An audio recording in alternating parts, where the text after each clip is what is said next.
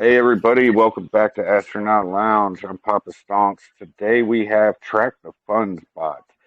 TTF Bot is an actual useful Telegram bot that you can scan and track BSC or ETH contracts. That also allows you to get alerts on any changes and everything else. It's a pretty useful tool to know when something shady is going down, in my opinion.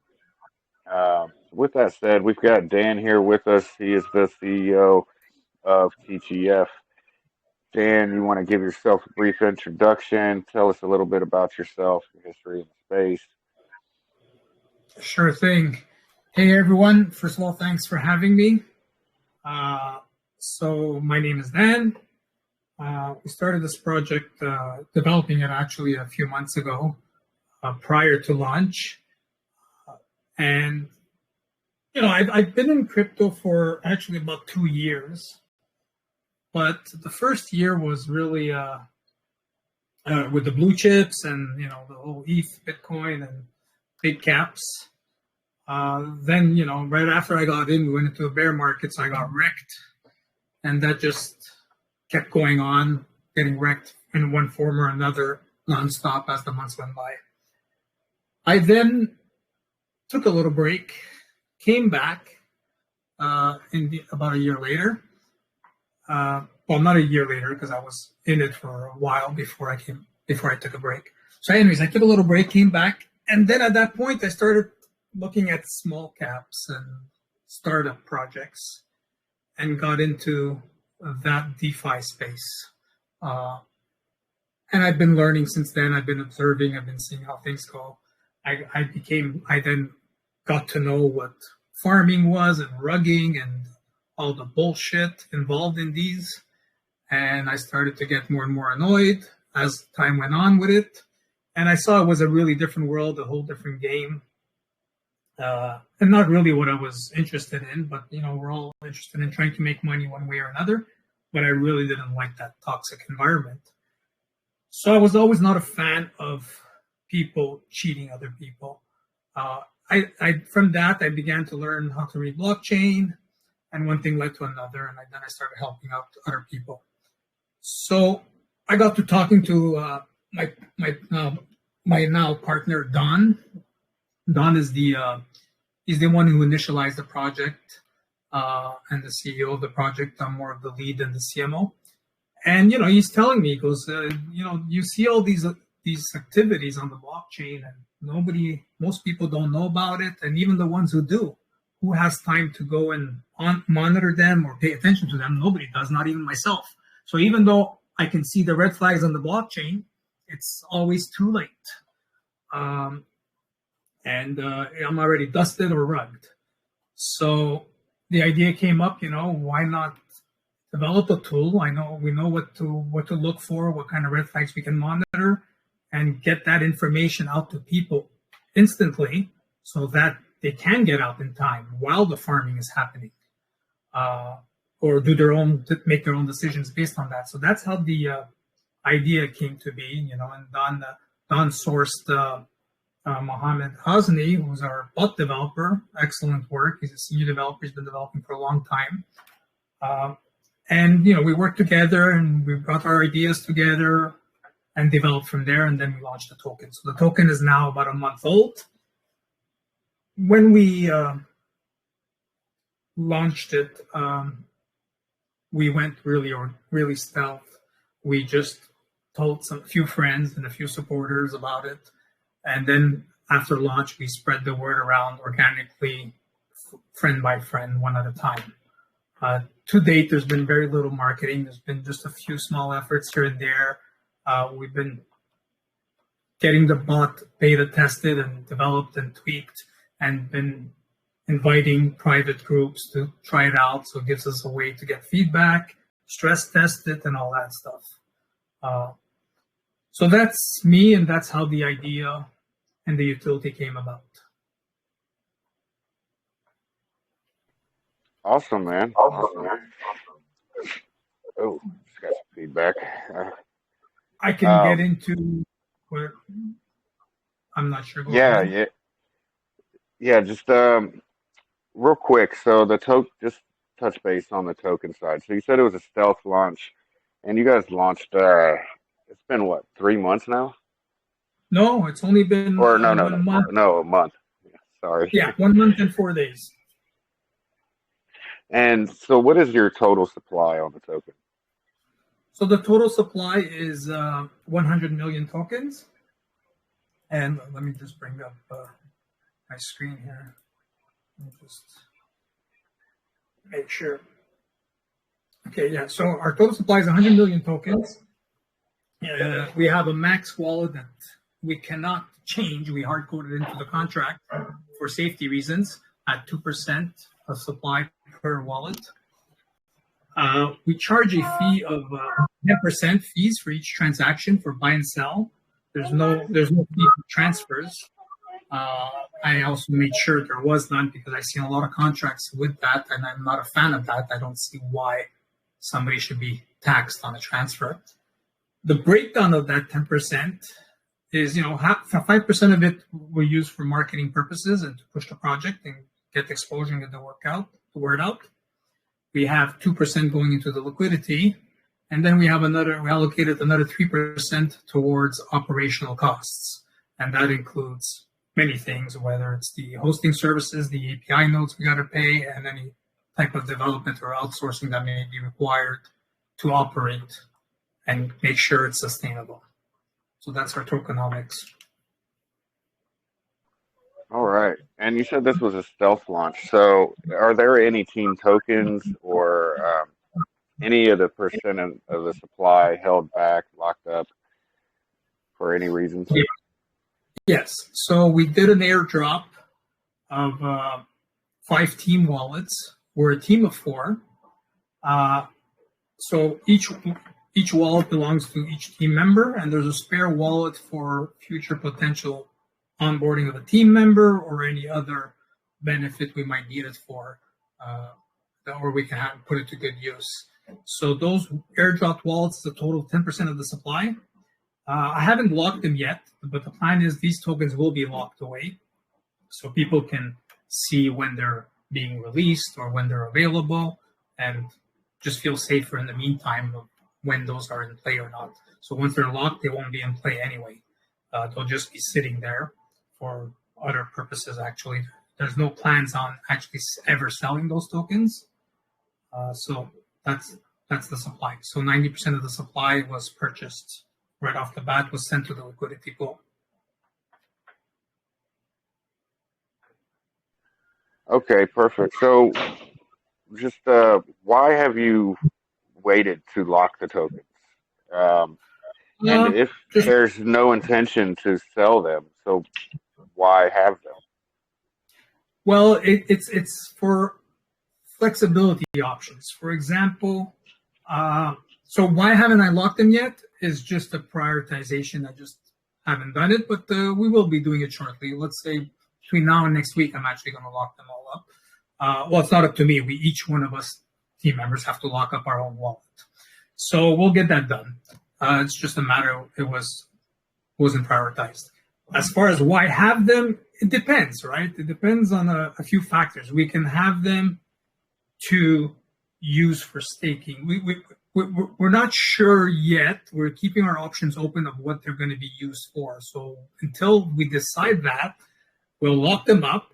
And the purpose to have them is to have that cushion of different options, whether we want to put them into some staking pool, whether we need tokens for an exchange, whether we want to provide some other benefit or onboard other people. It's uncertain. So it's really just a flexibility angle. Okay, so basically, kind of like a treasury. Yes, it's there. If ever we're in need, we have them. I don't foresee a need in the immediate because it hasn't been planned out, and it depends how certain journeys go through the token Yeah. journey. I do have one recommendation. If you're going to use them for future utilities or whatever, I would not call them team tokens. I see.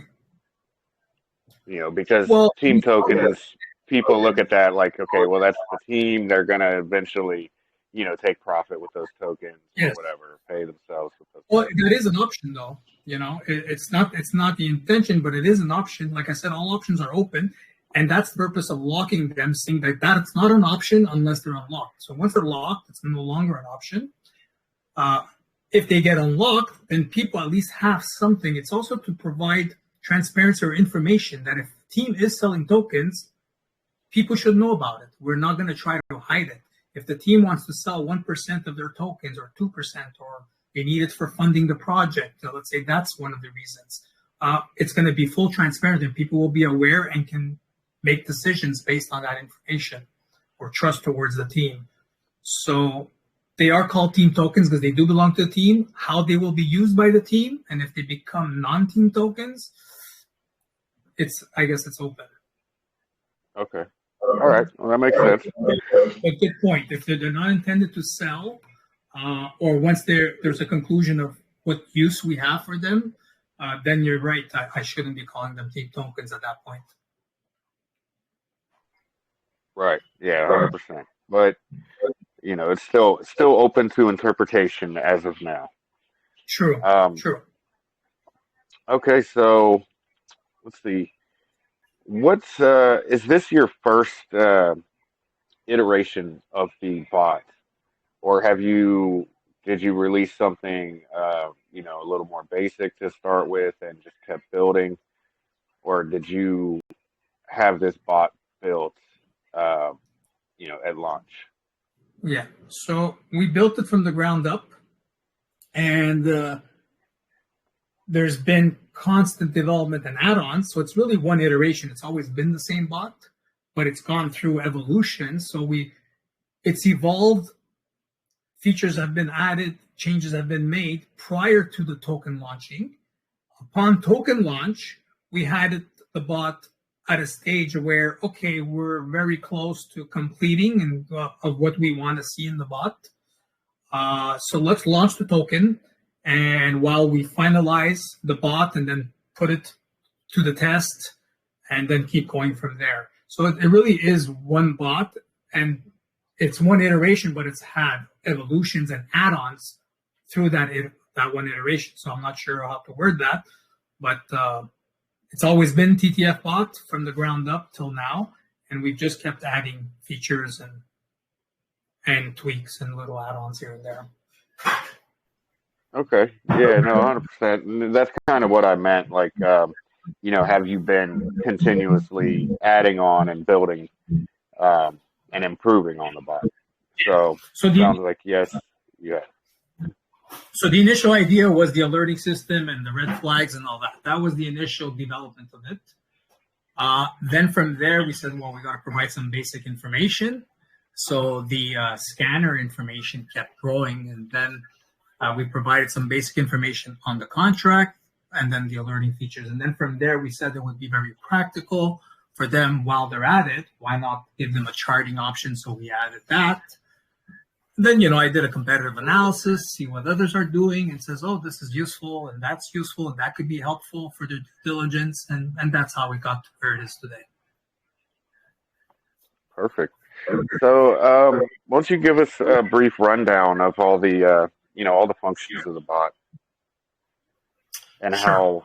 how people utilize it, like how do they interact with the bot to run this? Sure. So there's a few use cases. The first use cases for the bot is a lot of people they look at new launches or they look at existing launches of tokens and they try to capture information from it. And the first step would be to use this bot is to paste the contract to the group where the bot is or into your DMs. It can be used in both cases. And upon pasting that contract, it'll read the blockchain, capture whatever information we can capture, and provide that initial data to the user. At that point, the user can go visit the Telegram link or the website and do more due diligence and decide whether they want to invest or not. That's the first usage. From there, if they do invest, or if they're not certain, they can also still turn on some monitoring alerts. The different types of monitoring alerts we have is tax changes, any contract changes. Contract changes could mean a change in tax allocations, a change in tax wallets, adding liquidity, removing liquidity, and any other functional changes. Whitelisting or exempting certain wallets could be maybe a red flag or for them to see what the purpose is. So they monitor the contract changes. And the other monitoring aspect is the team wallets. So what we've labeled as team wallets is the deployer wallet. Is just a deployer wallet, but the where the taxes go, so marketing wallet, dev wallets, or any other, maybe a rewards wallets, any other wallets allocated from the tax are funds that belong to the project or being generated from the project. So those are the wallets that we call team wallets that the team controls. So we monitor what their balances are as far as if it's on the BSC chain, BNB balance, or on the ETH chain, ETH balances, as well as the tokens that they represent in case they do buybacks, or if they just hold tokens through their airdrops or allocations. So if there's any selling or moving of these tokens or funds, an alert would be generated for that transaction. So I should actually break down the use case. So the first use case is just really to people to scan projects and get initial information to try to make a decision. At that point, if they become an investor, they want to keep an eye on their investments or holdings, and they want to monitor. So the first use case is free. At the free tier, they get to monitor the team wallets, which is the tax, where the taxes go, and as well as the contract changes. The taxes, my bad. The taxes. So tax changes and team wallets are monitored. The higher tier, which would require the user to hold a certain amount of tokens, we've set the price for now at $200 worth of tokens. So if somebody were to hold $200 worth of tokens, they get to have the alerts for contract changes that I just explained, as well as the airdrops. So when a token launches, there could be airdrops, usually to team wallets. It could be to partners. It could be for different purposes, but we kind of put that into the monitoring setup. So that's what that tier gives you, because a lot of the activity that is important is on the contract and on the not just how the funds are used, but on the contract and on the airdrops, how those are managed and for people to know what they might be for. So that's that tier. And then we have a higher tier, which requires more, holding $1,000 worth in TTF tokens. And that tier gives them some additional information. It's hard for a lot of people to say the marketing wallet sent 5 BNB to another wallet. It's like, okay, well, now what? Is this a legit transaction or not? What is this wallet? Sometimes it's for marketing purposes. Sometimes it's for farming purposes. So, I decided to say, hey, why not give them more information that we can build and have at their disposal? So if it goes to an exchange account or an exchange service, why not label that wallet? If it goes to an influencer, a caller, let's say Caesar or whoever, why not let them know that the 5 BNB went to Caesar, and that makes them feel comfortable and safe? So that's where the upper tier version is, just to give them that extra additional information of not only knowing that funds are how they're moving, but potentially where they're moving to. So those are the tiers, and those are the use cases. So it can be used just for people to look into what tokens to enter and get a scan before it. It can be used once they invest to even pull up charts as they're holding it, and more importantly, to keep an eye on it and have alerts come to them, for them if they want to keep a close eye on it and make sure they're trading it with all the information at their disposal. So that's pretty much the usage of how the tool works. So it's fairly simple. There's going to be a help menu in there, and there's other commands, shortcuts that can be run. There's even an option to label wallets yourself. So if a marketing wallet, if the wallet is trading or an airdrop wallet you have an eye on and you want to label it, you can say, okay, well, 2BNB went to this wallet, let me label it wallet 1 unknown, or wallet 1 was for XX purpose, for banner ads, let's say. So people also have the option to set their own labels that would be only for them. Okay, and so where do they use this bot? Like, do you need to set up a separate chat? You know, if or would they be using it in a public chat? Uh, how do they get these alerts? Do they come in DMs?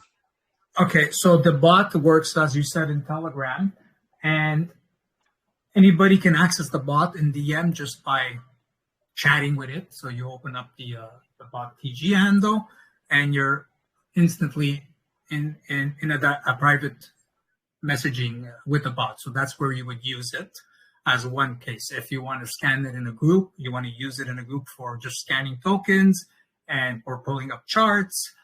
There's an option also to monitor, even in groups, but depending on their use case, the monitors might not be too practical. So when I say groups, it means private groups, it means public groups, it means channels as well. So it can be used there. Now, the monitoring system, we set it up so that only an admin, when used in a group, only an admin can enable monitors or disable them. The reason being is that depending on the purpose of the group, it can get really spammy if people are scanning 10, 20 contracts a day just for trying to figure out what to buy. I'm not necessarily buying it. Do you really want to get all those alerts, all those tokens that nobody's potentially invested in? So that's pretty much where it can be used and how it can be used as well, between groups or between just in DMs. Okay, and how many tokens are you able to like track at one time? So, say if I was to set this up, you know, in my lounge, and you know, I had $1,000 in tokens, um, and people, you know, could ask me to track certain tokens, or I could track tokens that I hosted AMAs here for. How many tokens at one time can you track? We have not set any limit. So at this point in time, as many as you want. So Okay, there's no so limit set. We may have to set a limit later on, depending on how it gets adopted or used. But at this time, there's no limit. So if you have 50 tokens you want to monitor, you can monitor all 50, 100, same thing. There's no limit set on the user. But keep in mind that if you're using a tiered version like the $1,000 hold, it could only be enabled in one place. You cannot use it in DMs and in a group. You'd have to have two wallets holding those tokens to be used in two different places. So the holding is only good for one location at a time. So if somebody has a need to use it in multiple places, they will need to hold multiple sets of tokens. okay, yeah, that makes sense. Yeah. And keep in mind, when we say $200 and $1,000, a lot of people, the first reaction is, oh, wow, that's expensive. What people need to understand is it's not an expense. You're not purchasing anything.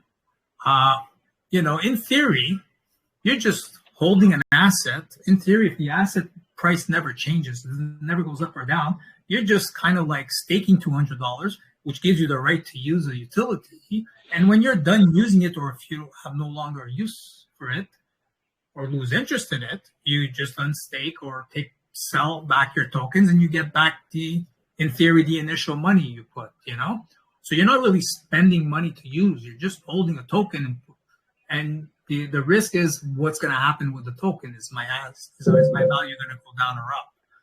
Obviously the focus is for it to go up, and the way it's been structured for the tokenomics should only go up. Which I can get into as well next. So somebody was holding $200 in tokens. Ideally, the scenario that we're trying to make a reality, or are planning to make a reality, is somebody buys $200 of tokens. They get to use that tier. A month later, 2 months later, whenever that may be, adoption grows. As adoption grows, your $200 worth of tokens becomes $400 worth. So now a user has the option to also make money while they're using the tool. So they can even sell $200 worth of tokens and still have their tool, and they also have an investment simultaneously. The reverse can happen as well, you know. So let's say there's a sell-off and your $200 worth of tokens are now worth $150. A person would lose their tiered access, and they would have to buy an additional $50 worth of tokens to get it back. This is good for the chart. It might be bad for the user that his timing was off, or he bought some top that went down a little bit, or he didn't buy enough tokens and had no cushion. But it's also good for the chart support for everybody else, which is what people are interested in as well. So people would have to top up, which would support the dip on the chart for those last buyers who bought the last top. So that's how the tokenomics work. And the other reason why it's not in tokens and it's in USD value is so that it can scale. So there's no limit of how many users we can have. We can have 10 users or we can have 10,000 users. When you apply tokens, let's say somebody were to say 1% of the supply is what you need to hold. Then your max is not even 100 people because you need some supply for the liquidity pool. So let's say it's 100 people. Well, then what do you do then? You're maxed out. No other users can buy tokens or they're just too expensive waiting for other people to sell it. So that didn't make sense to me. It's not scalable. And also what didn't make sense is one person gets to use the tiered version for and bought and paid $100 for the tokens, and the next person a month later has to pay $500 or $1,000 for the same option.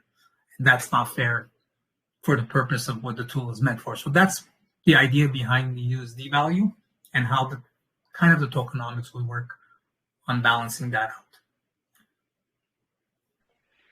Yeah, I like that. You know how you have the I'm getting huge feedback here. Yeah, I like how you have that set up, you know, to where it is dollar value. You know, obviously, you know of another project that's, you know, kind of had you know, tracking utility, and it was in tokens, and it just became harder and harder for somebody to get that bag to actually have full access to the utility. 100%. And I noticed this problem right away. I've seen other tokens launch with these models, and I'm saying, well, wait a minute, you can't scale. One guy pays $20 for those tokens, the next guy has to pay $500, and then you're going to reach a ceiling. That's not sustainable. So yeah, so I've seen those models often, and right away I pointed them out to some devs too that were doing that. I says, listen, maybe you should change your model or think about being scalable. So that's why I went straight to that model. Now, as far to add to that, while we're talking about the utility and the use cases, and we got into the chart support and the tokenomics of it. So, you know, the token is the utility is tokenized. So, meaning a lot of projects I've observed as when I got into this crypto space and small caps, is most projects I noticed like their utilities are not really tokenized. They're just utilities. Maybe they create some tax dollars or some revenues similar to taxes, and you know, you're relying on Ponzonomics and hype to generate income, but the utility itself doesn't do anything for the chart. It's all based on marketing or hype or pump and dumps. Usually is what happens.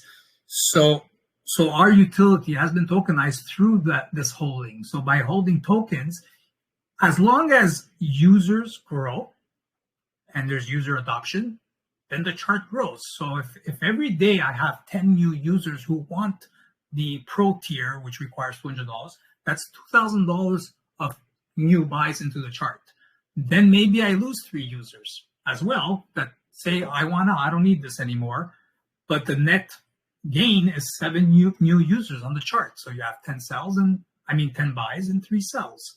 So that's chart support in itself with adoption. So as long as there's adoption, as long as the utility, we maintain it, make it friendly, make it practical and usable, and people want it, the chart will constantly grow with those tiers. Now, many users will not care about maybe the more advanced features, and they're just day trading and they just want to scan or pull up charts on demand.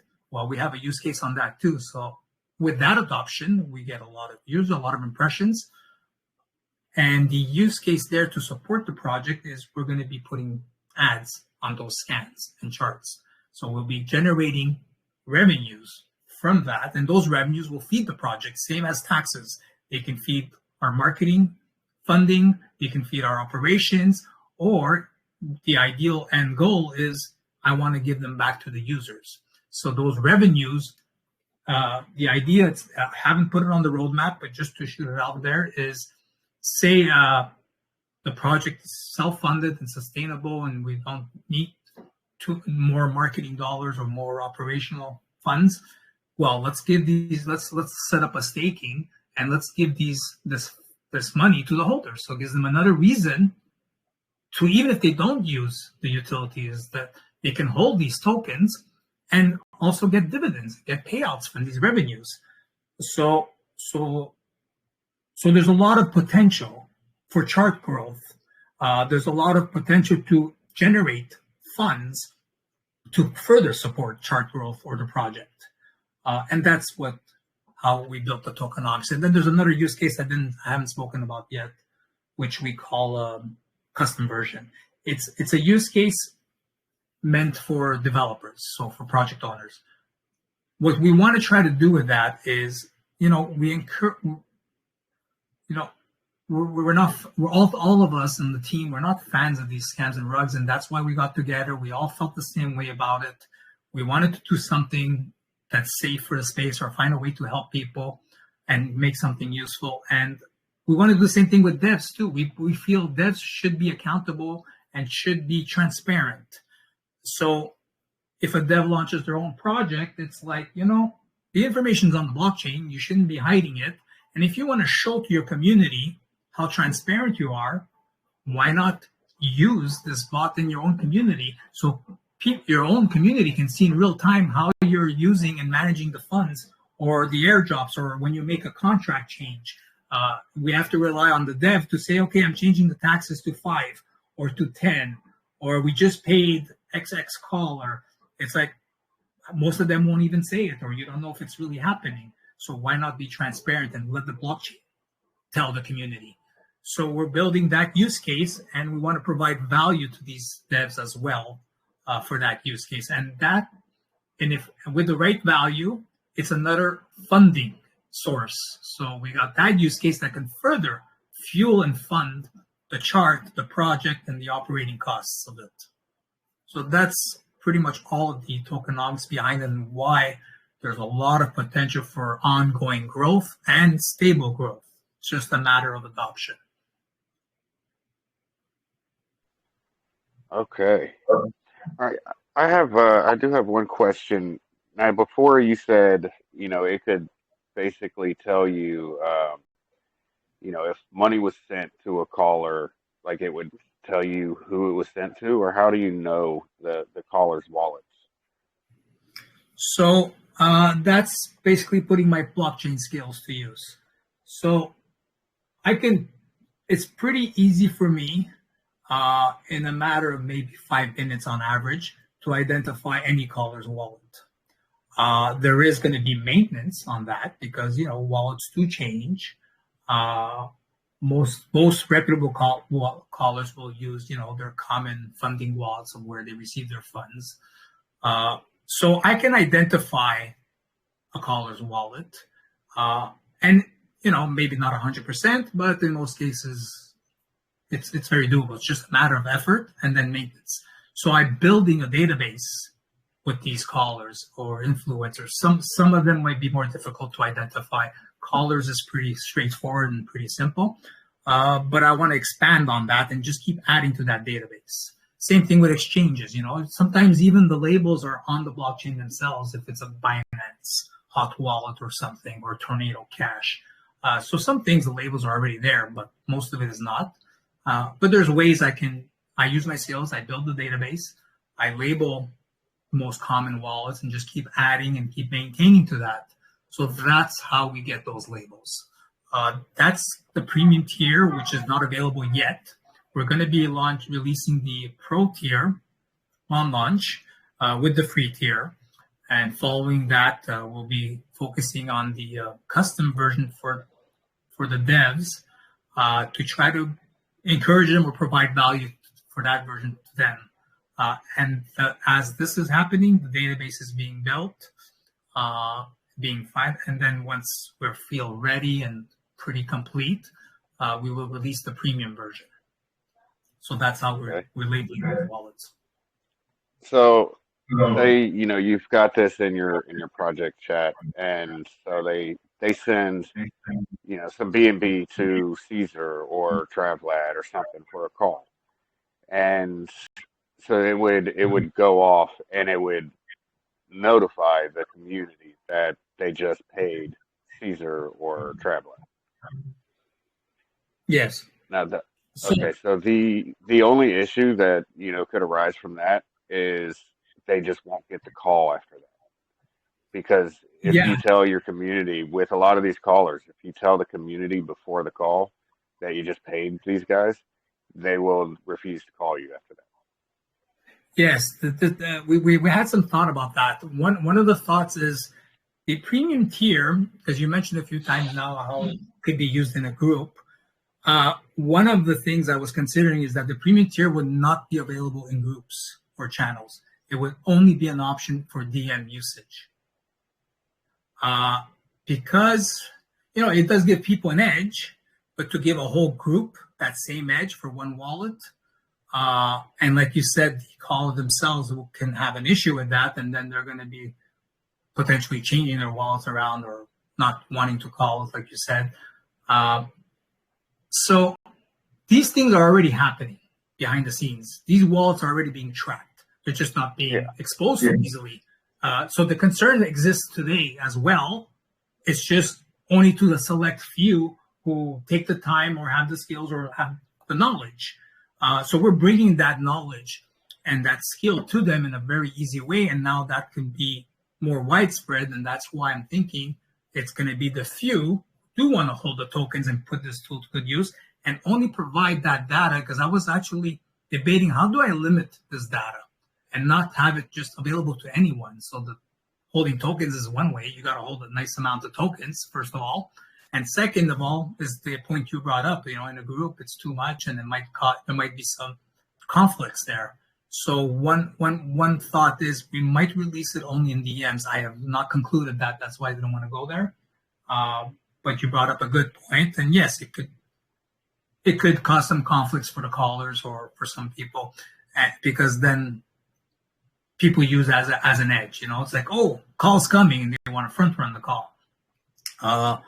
But again, that data is already available, just not as easy and not as clear to everybody. And we want to make it fair to everybody. It's like, why should only the connected people or the talented, skillful people who monitor the blockchain know that Caesar just got paid? Why are the innocent don't have that privilege? So we're also trying to make it fair for everyone this way. So that's my thinking behind it. But yeah, these are things we have to pay attention to and see how we're going to constantly try to adapt and evolve to try to make it work for everyone in a good way. And it's really to fight to make people better traders or more educated and provide them more data for proper due diligence. Yeah, 100%. Now, you mentioned ad revenue, and when do you plan on implementing that? When you get to a certain threshold of users, or you'd to sell ad revenue, you'd actually you'd need a good amount of users and groups using the bot to make it appealing for people to pay for this ad space. 100%. So yeah, again, that's still based on user adoption. Just I can do that. Oh, of course. Okay. Bubba Clot, I'm gonna mute you real quick, man. Okay, that's fine. I wasn't sure if it was coming from me. So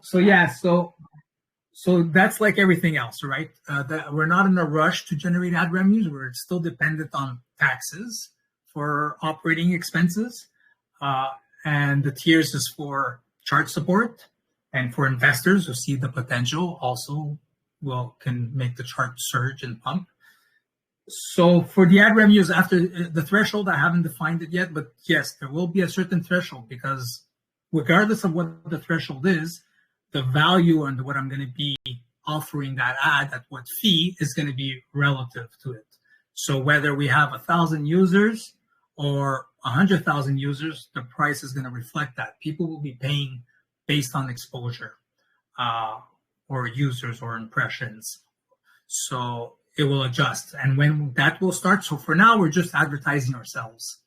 So that's how it's going to start. And as adoption and usages grow, at one point we'll say, okay, we have enough impressions to charge a decent amount and provide value to the advertiser. And that's when we'll pull the trigger. And then as that grows, well, there'll be more ads, there'll be more rotations. As we have more impressions, there's more dollars to collect. So for every time the impressions double, so does the revenues. All right. So there's a lot of potential. So yeah, we start small and we grow from there, basically, like everything else. What is what's the current data? What's your current user base right now? So Do you have how many times the bot is used a day, and the different places that it's at? Sure. So currently, it's only been given on invites. So people who find out about it and request it to me, and I kind of validate or see how or where it's being used. So based on those invites and people I've invited personally, mostly private groups, we currently have, since we've launched a beta, which is about 2 weeks now. I'm not sure the exact date when we launched first started invites 2 to 3 weeks ago. And so we're at currently 89 groups who are using the beta version of the bot. It's been growing every day. I haven't reported these numbers. The last time I reported it, I think, was at 40, which was maybe a week ago or so. And today we're at 89. So we are still testing it. We are still giving access to small groups and some private groups. From these 89 groups, it's currently about 62,000 users in total inside these groups. And since that time as well, this is just a total accumulation till now. We're just about to reach 13,000 contracts being scanned. So 13,000 times somebody has scanned the contract.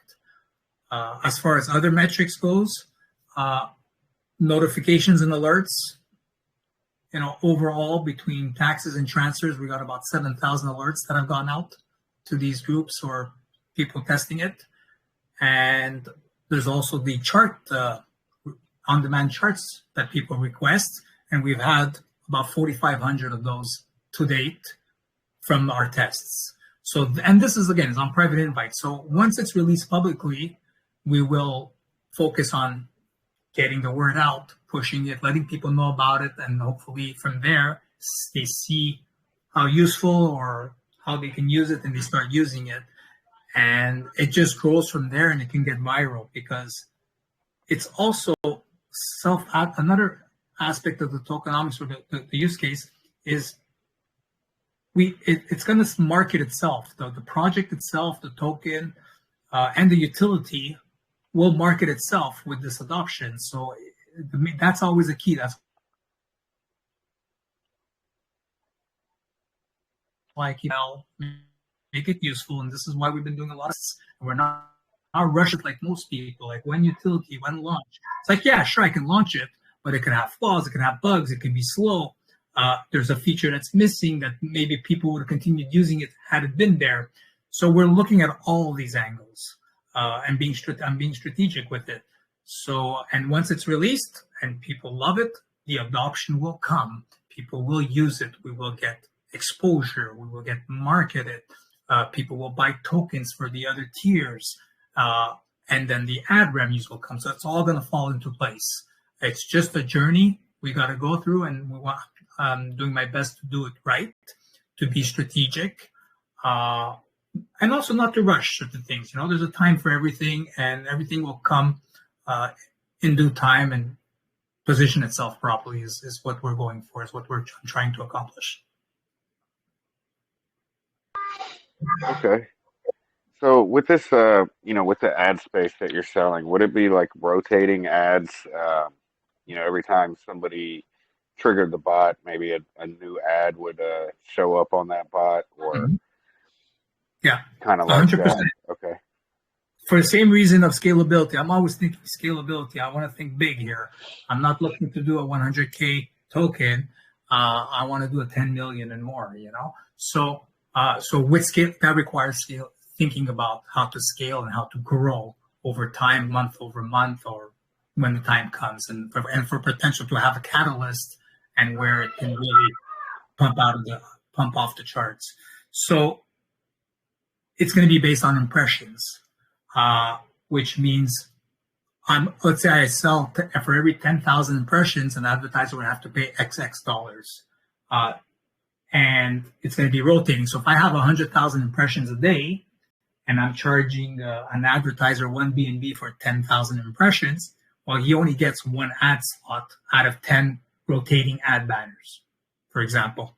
And if the 100,000 becomes 200,000, same thing. It could be rotating out of 20. Or I can start charging more and limit how many do I want to rotate. Maybe I change my structure and say for every 20,000, it costs you XX. So it's very flexible. I can provide larger packages. An advertiser can take a larger ad slot or take up 3 slots and have 30% of the 10 slots on their impressions. So we have growth potential, we have scalability in place, and it will be based on rotating, and it will be matched up to the value that the advertiser is getting. So they know exactly what they're getting, and they can gauge if they want that ad or not. Okay, perfect. So, what kind of future, like, I know you've got the next tier coming, and that's part of future development. But what further are you guys planning on doing to build this out? Sure. So I'll take a quick look at the roadmap, but I don't need to actually. So the premium tier is something to launch. There's a little bit of focus to do on the dev custom version for project owners, and that's really just about providing value to them. So that's being worked on as well at the moment, or brainstormed as well. Then the next add-ons, what's upcoming is we're going to be looking to add more chains. So we have the ESC chain and we have the Ethereum chain. We're going to add the Arbitrum chain is next on the list, so that people can use it to scan tokens on that chain as well. There's no other chains right now on the roadmap, so we're going to play it by year as the need is expressed, or as we will prioritize it according to what users want or need. And sometimes new chains come out too, so we'll just keep expanding on that as we see fit, or as we see if there's a need and a use case for it. The other things that are on the roadmap is after those 2 items versions are done and the different chains, we're going to be migrating it or cloning it, the bot, to also run in Discord in the same manner it's running in Telegram. So it'll be a Discord bot instead of a Telegram bot. Bringing it to the Discord users, we're expanding our reach as well, and scaling out to that audience as well. So there's that on the roadmap to be done. Alongside with that, this is not concluded, but definitely an option I want, and it's definitely on the table to be done, is alongside with the Discord launch, I'd be looking to launch an ETH pair of the token as well. So people can now hold and trade BSC or ETH tokens against TTF in a way that they're synchronized at the same price level. so they can interchange how they see fit. So there's that on the roadmap for future growth and expansion. Other things is we're going to be adding one of the utilities we want to add that's we feel is useful for users who use, let's say, the investor use case who monitors their tokens and uses this bot. A lot of people need to see how much they hold, what's the balance. So at that point, it's they use different tools to see their portfolio and their holdings, and potentially even if they're up or down, their return on investments. So their P&Ls basically. So we're going to be adding a portfolio add-on to the bot. It might be a separate bot. It might be an add-on. I haven't decided yet, but they'll be able to bring up a portfolio as well. That'll just provide additional value that it would be very useful. So while they're in that environment of Telegram or Discord, they also have that at their disposal. And that's also another form of chart support and project support for funding, because the idea for that utility is through an NFT initiative. So NFTs will be made, and holders of the NFTs will give them access to that tier, to that additional option should they choose so. So all they got to do is buy an NFT, it authenticates them, and boom, provides them access. So that's as well on the roadmap. So that's the utility growth. Of course, there's other things. There's always ongoing marketing, ongoing exposure initiatives. But most of the part is the utility itself is the focus of where that's gonna bring the growth, and we're gonna then eventually reach out to other growth initiatives and exposure initiatives. And of course, the listings like CoinGecko and CoinMarketCap is in the picture at a strategic point when we see it's a good time or it's a good fit, and bring those eyeballs and users, potential investors on board as well. So that's pretty much on the horizon. Awesome, man. You're answering these questions before I get to ask them. So that's pretty cool. Now, so here, let's touch. You get kind of unpack a little bit of that. Discord, I like that. Do you ever plan on having like a D app that like Twitter users, people that aren't on Discord or Telegram, could utilize? Not at the moment. It is definitely a possibility. It is. There are discussions about that I can't get into at this time.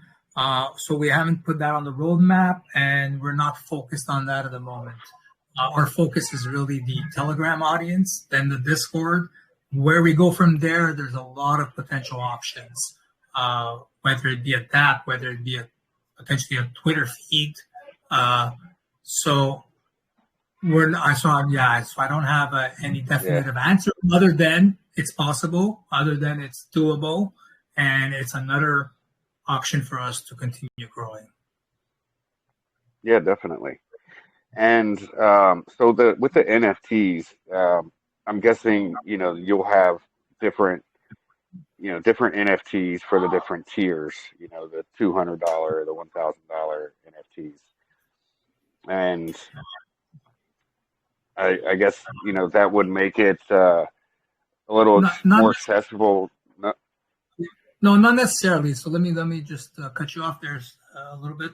The NFTs won't be based on the tiers. So the tiers are still going to require holding of tokens. The NFT is going to be based on an additional feature that the users will get. And the feature that I'm looking to launch is the portfolio view. So people can just type in portfolio and boom, they have their portfolio. So to get that feature would require an NFT.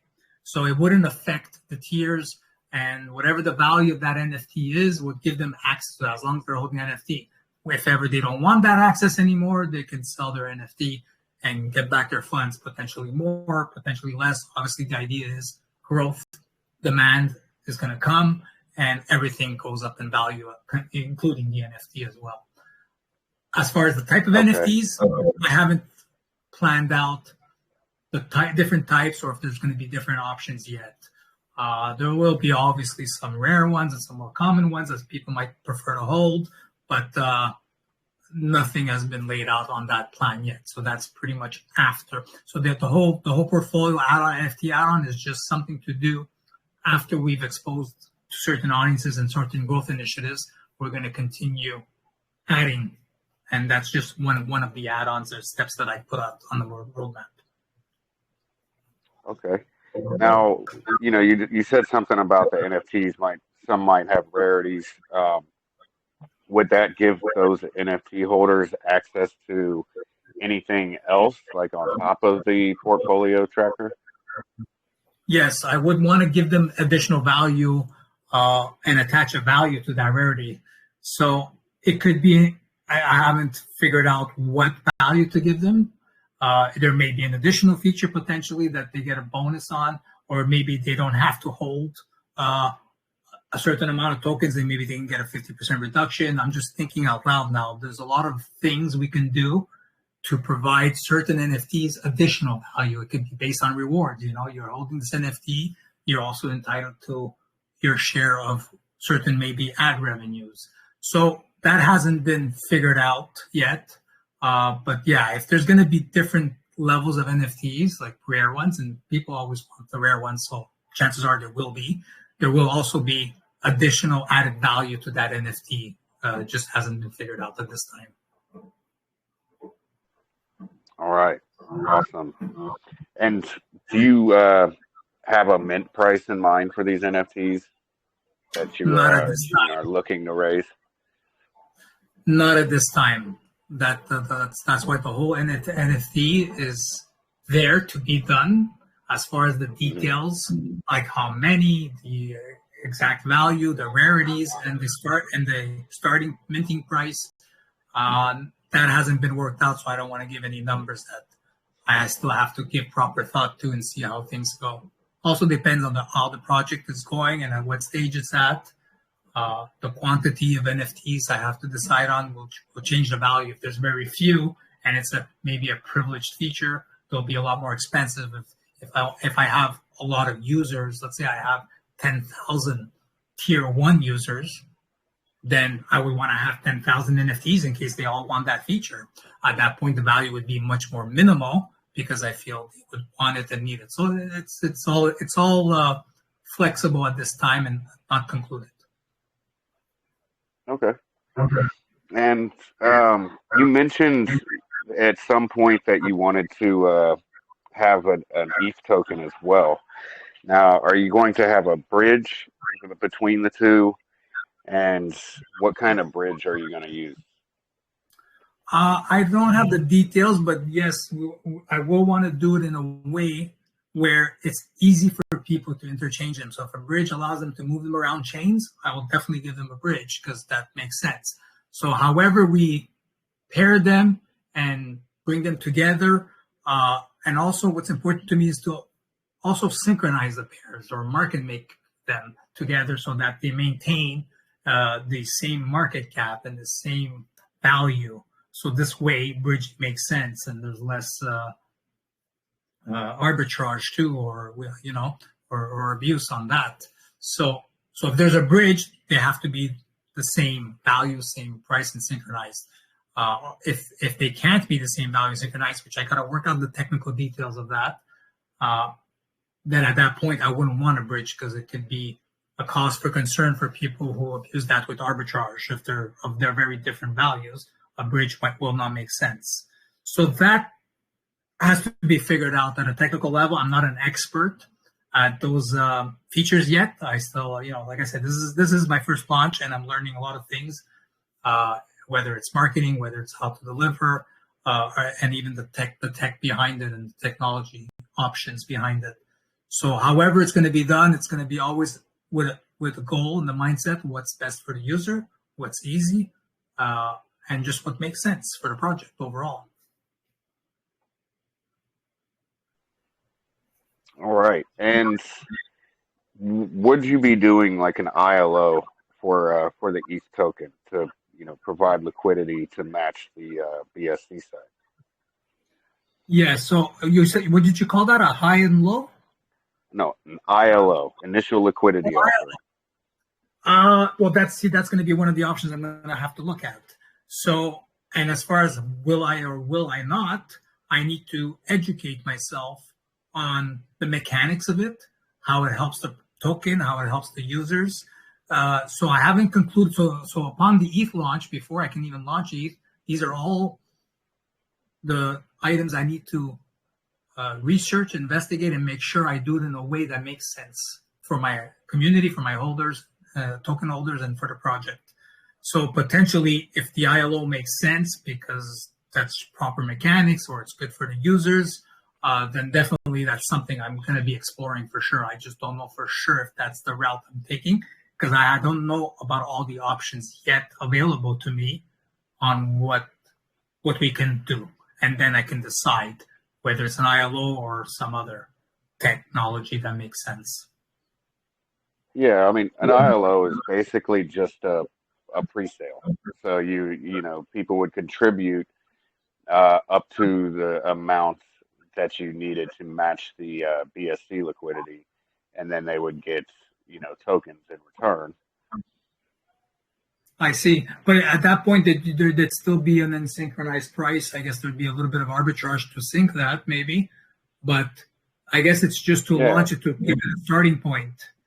So like I said, ideally, I would want, I have to investigate, but I would want something that's more automated, where the prices keep intact. But I guess the starting point would be an ILO, I guess, to get it there, to get that liquidity pool pair matched up to what the BSC value is. So that seems to make sense. Okay, thanks for explaining that. But I need to explore these options and figure it out and see what they mean.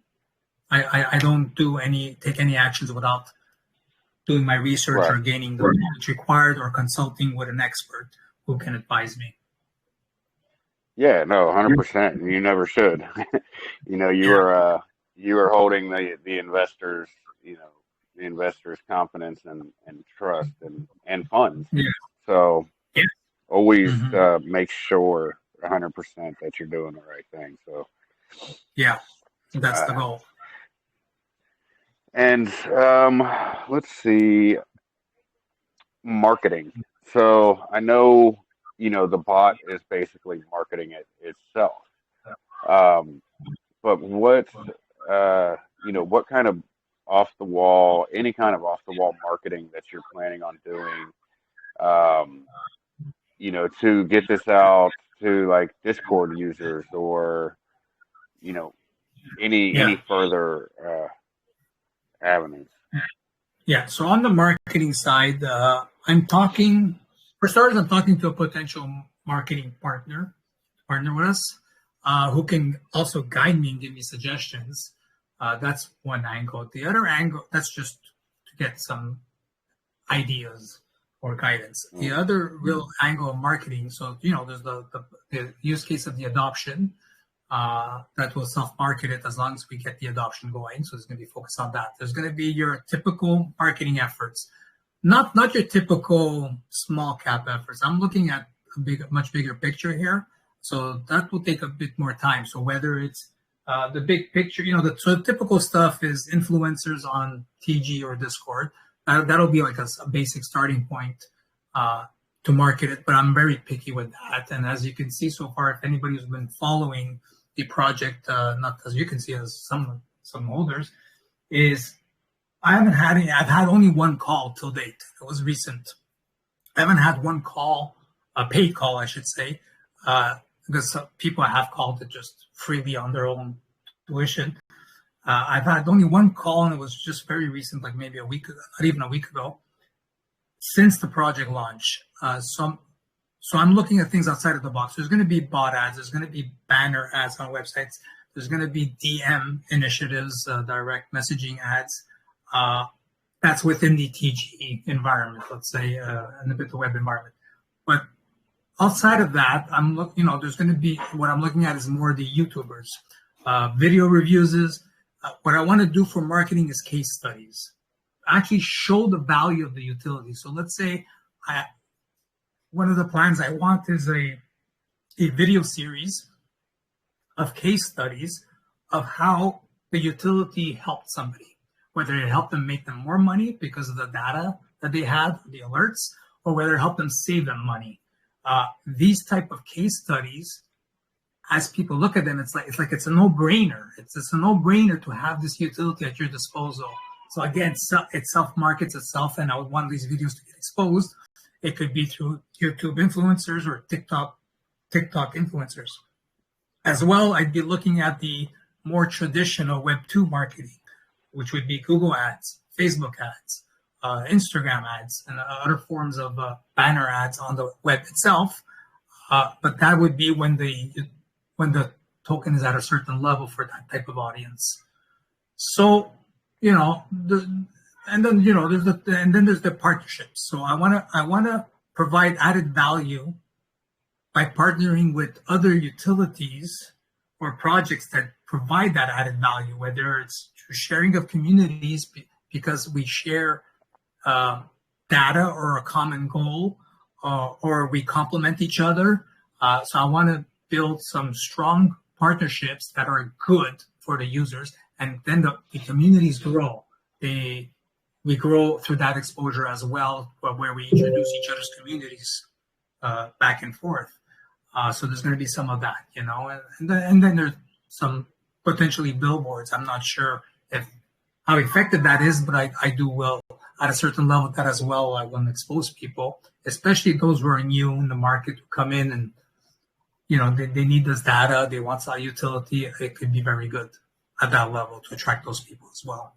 So that's the marketing aspect. And of course, there's as I'm doing now. This is my first AMA, just to get people to see who's the team behind it, or to be able to talk about it verbally, and they have a better feel for the project. So there'll be several AMAs on an ongoing basis to communicate that to different listeners and slowly, continually grow the community through these efforts. Okay. Perfect. I do have one question I forgot to ask. So, how does the bot know if you are holding the tokens? Do you connect your wallet to it? So we developed our own system within TG itself because we wanted to make it easier for the user. There are different utilities out there we can use, third parties, but it's you have to know who to trust with certain data. So basically we developed a bot where it's all automated. It's all in the user's hands. So the user will just ask the bot to verify their wallet, and the bot will ask them, what is your wallet? You give it your wallet, and then they'll say, okay, so they'll say send one token to some randomly generated address that the bot will generate. And from that one token, you feed the bot the transaction. It'll validate you that way.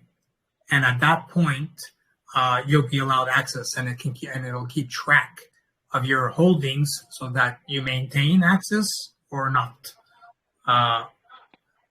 So it's going to be done in TG. There will be a verification system. Once verified, it'll be upkept automatically, strictly through code. Okay. Now, these addresses that they're sending one token to, you said they're just randomly generated? Yeah. They're burnt, basically. It's like burning one token. And I'm just burning one token. And essentially, though, you're growing your holder count as well. Exactly, as well. You have 1 million addresses with one token in it. Well, it depends how many users we get, but yeah, at that point, it's I see that angle. I saw it from the beginning, but it wasn't the purpose of it. But yes, it does increase our holder count for verification, and it does burn tokens. But I think they're both negligible. So the burn token, like one token, is really not that much. So, and if even if I have 100,000 users, at this point, we're going to be in the millions of market cap if I have that many tier 1 users. So if I have 100,000 users, that's 100,000 tokens burnt. That's that's 0.1% of the supply. So it's irrelevant, that burnt supply. but it would be 100,000 new holders, I guess, additional holders. So it would double my holder count. Yeah, yeah, that's pretty cool. And it does make it a lot safer for for the users as well. Not having to connect their wallet to anything in TG. Yeah. We don't want, because we don't want to interact with the wallets. We don't want to know them, but we want to self-managed, self-maintained, where we want to give the user power to it. And the thing is, we debated where users just connect to something and get signed, their wallet gets signed, and that's the verification system, similar to like Collab Land or what they use, which they verify wallets and can see your balances and stuff. But the problem is it's hard to trust anything out there, and people, we thought they would be hesitant. Like, I'm always hesitant to sign a contract or to connect my wallet to anything, whether even from sometimes reputable sources, because of hacks or one malicious team member or something. So we didn't want people to have to connect their wallet to anything. It's like, no, you don't have to do anything, but we still have to make them do something, which is send one token to the given address and then paste the transaction, and boom, it's done. But their wallet this way doesn't interact, and their funds are safe, and nobody can touch their wallet. So that's why we went with that model. Okay, so doing it this way, that that wallet is tied just to the Telegram user, that specific username. Correct. Now, say if somebody loses their Telegram account, it gets suspended or whatever, would they have to then send to another wallet to use it with a different account? That's a good question. We have ways to unauthenticate the wallet and re-authenticate new ones. They can easily re-verify with a new TG account, because it's still, so let's say they change the TG account, they can just re-verify it under that new account, and that account will now take ownership of that holding, because it'll get validated that way. So that wouldn't be a problem whatsoever. Okay, cool. I think I'm going to open it. Go ahead. Yeah, sure. Just one more thing. Like, when you verify a wallet, if you verify it in a group, like I said, you can verify it in a group or a DM. It's the same thing. You can verify it in a group, but then once it's verified, you have to unverify from there and re-verify it in your DM, So you can also move it around that way as well. Okay. Yeah, that makes sense.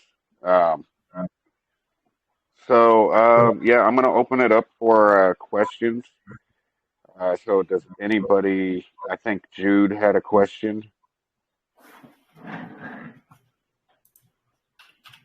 Hey, Jude. Guys, how you doing? Good. All right. Good.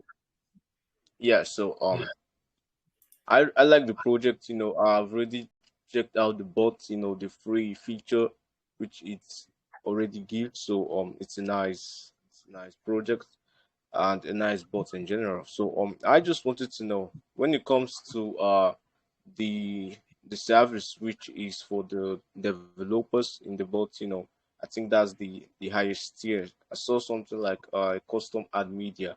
And I was just wondering that ad media, is that going to be applicable to mark running ads on all social platforms, even on TG, the way we do see sponsored ads here on TG? Yeah. No, that's maybe I would need to rephrase that on the website a little better. What that means is, it's our bot currently shows a banner ad at this time hours, but for the custom version there will be no ads. It'll be an ad-free license. So what I mean by that is they can put it's for the developer use case, where they would use this bot. We would give them defaults for their token. It would be used only for their project, and they wouldn't have to see any ads in their community. They can put their own media in there, publicizing their whatever they need to publicize or advertise or whatever image they want. So that's what I mean by replacing the custom ad with their own media. So it's for the developer use case. It's not for other people to put custom advertisements on it. Does that answer your question? Yeah, that does. So on my last question, I just just come across my head. When it comes to bots, it needs a lot of publications to in fact, spread wild. So I wanted to know if you plan on holding a sort of airdrop campaign for the token, and in that sort of essence, can also market the bot, when trying to complete taxes and all. Yeah, for the airdrop. Hope you got the question. Maybe not 100%, but there will be ongoing marketing efforts for exposure. But I'm not sure what you mean. Like, if that's what you're asking, it's like if there's going to be campaigns or efforts to get the word out that the bot exists, that will be in play. Yes. It's just do you plan on doing or holding an airdrop campaign? For the airdrop campaign. Yeah. No, it hasn't crossed my mind. I'm open to anything, and that's why I'm constantly learning, researching, and asking questions and consulting. But that hasn't crossed my mind to do some kind of airdrop campaign. I'd have to consider it and see what it's all about. I'm not sure if it would make sense, but that could be a use case, like we were talking about. That the team has some airdrop tokens, and those tokens can be used for some other campaign like that. And that's why we have those there to open up options such as what you're suggesting. So we'll look into that. Yeah. Okay. Cool. Yeah. So thanks, Poppa, for letting me pop up, and thanks Dan for the answers to my question. It's been a great AMA so far. So yeah, I'll see you on the Telegram, man.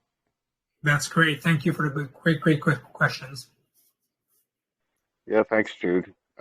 We have another question from the Pirate Lounge. Can you hear me? Yes, sir. Yeah. Awesome. Thanks for giving me the opportunity to speak, man. I just want to talk about regarding your marketing strategy. Like it's a really good concept when someone is doing AM. It's the best way of advertising project. So I just want to know, apart from doing AM, what kind of marketing strategy do you plan to put in place for this project to go viral? So the marketing strategy is going to be a lot of things. We're going to be exploring different things, but there's going to be the common marketing where we will get influencers to talk about it or review it. We will look into video influencers as well.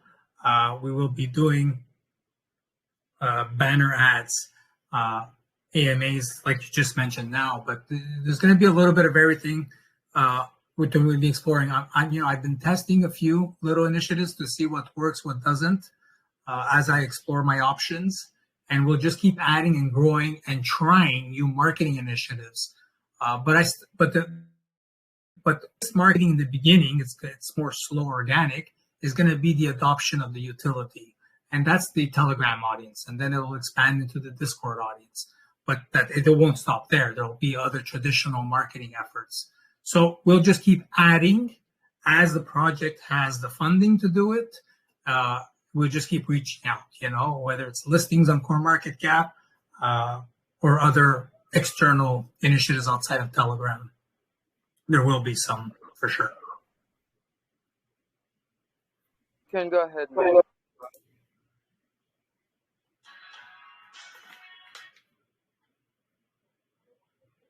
All right. Hope that answered your question. And actually, that kind of Poppa, please, I want to ask one more last question. Okay, go ahead, man. Okay. I just want to ask regarding your security system. So how secure and far away is it against from hackers and attacks? So how have your audit been in any third-party company to ensure safety for users' funds and data? Yeah, great question. So that was very important to us and to me. Before we launched the token, actually, we had it audited. So I gave a lot of attention to the contract, had it looked at, had it verified, and then I had it audited. I specifically looked at the functions I needed on the contract, and anything I didn't need, I wanted to make sure it was completely gone from the contract. That's why, for example, we can't change the max wallet. We've removed a lot of functions. There's a lot of functions out. We only kept the bare minimum, which is tax changes, because we want to be able to lower the taxes going forward. And then potentially the next level would be 5.5. And then hopefully eventually we don't need any taxes because we'll have ad revenues or we'll be in good shape not to require taxes.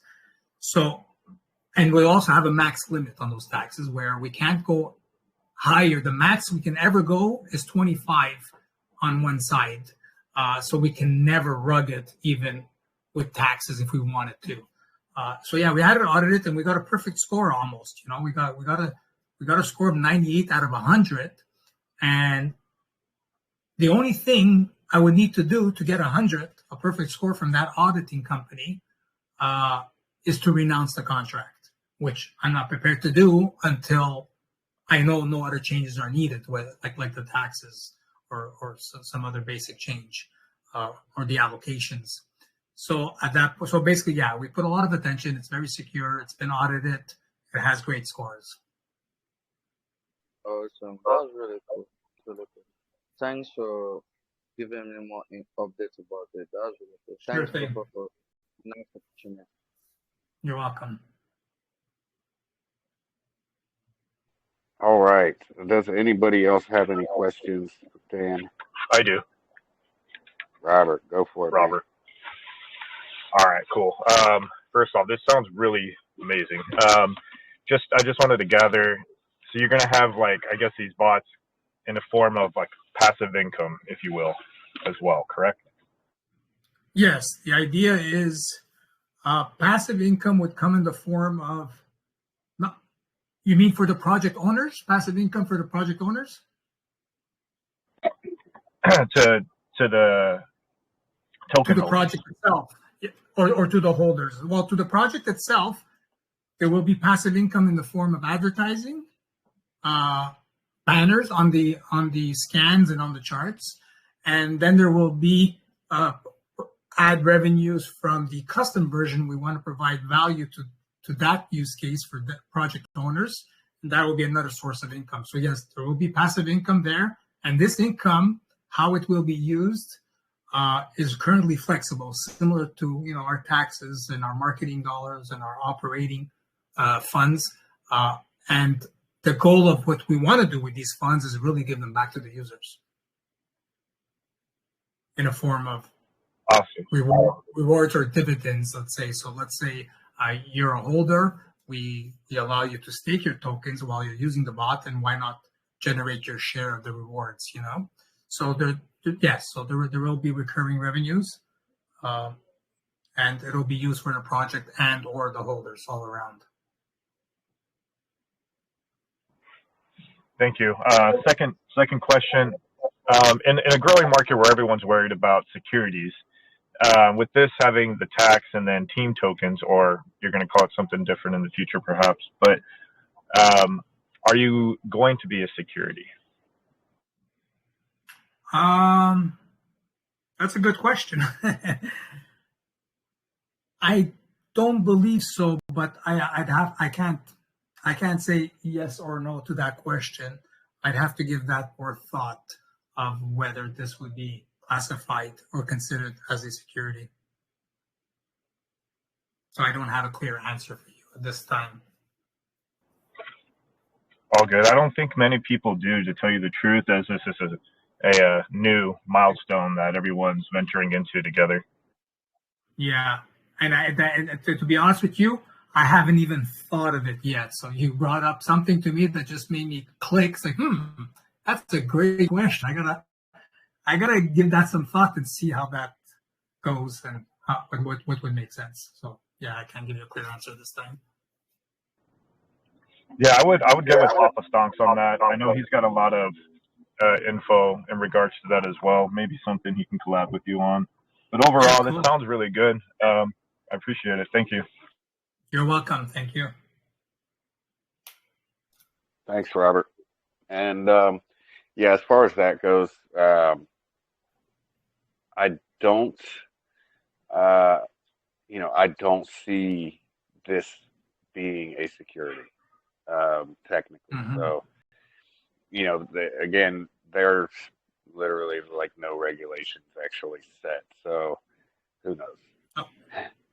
Yeah, it's pretty. But from my understanding, this would I don't think it would be a security because you're The not governments paying don't even know yet. dividends. Like you said, the governments don't even know yet what they need to classify as a security or not. They keep putting out guidelines. Every country is different. So yeah, it's I guess it's a tricky subject maybe, and maybe you can educate me and can have a chat about it. Yeah, I mean, yeah, we can definitely talk whenever you want, man.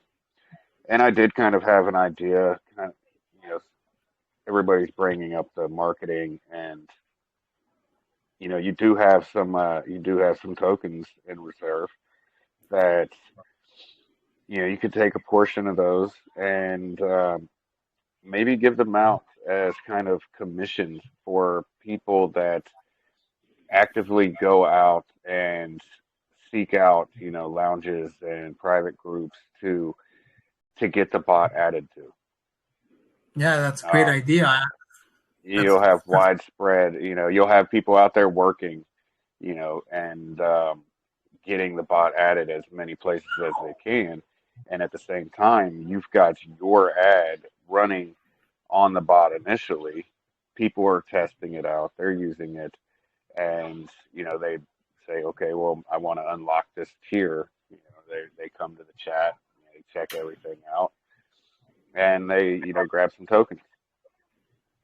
Yeah, that's an excellent idea. I did have a thought of how I can reward users who can bring in users.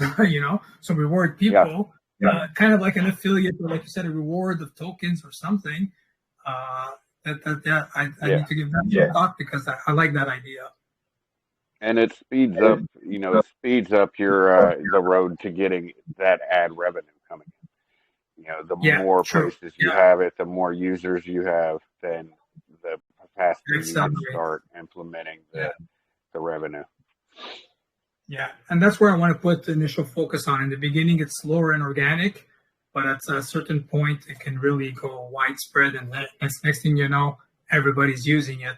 We just need to keep making it great. So far, through the beta testing and the users we have given it to, the feedback has been pretty great and awesome. People are impressed. We've worked out a few minor bugs here and there, or constantly addressing any issues. But for the most part, the feedback has been amazing. So it's very promising and very good, forward-looking. Okay, awesome, man. Let's. I think. Unless anybody has any more questions, I think we can wrap this up. And if you want to give, a quick closing statement, just one last call to action. Why people should invest in TTF. Sure. So yeah, why you should buy TTF tokens? It's, in my opinion, a no-brainer. Because why does anybody buy assets utility? Usually it's to make money. You could only make money with this token, in my opinion. So basically, you buy these tokens, you get a free utility because you hold enough for the tier. Users grow. You're at the earliest stage of the token that hasn't even been released yet. As users grow, tokens get purchased because they want a higher tier. With that growth, ads are feeding the project. So, and you might get rewards from those ads down the road if you hold a nice chunk or any amount of tokens. So your asset can only grow, and you can continue. And if it's just for the utility, you're also making money with that growth by selling off and shaving off your tokens because you only need a certain amount. So you can constantly be cashing out also some money because you were in early, and as the users grow, so does your asset, and you can take some profits along the way while you're using this utility. So there's so many reasons why you should hold this. There's only one reason why you won't make money, is that nobody wants to use the tool.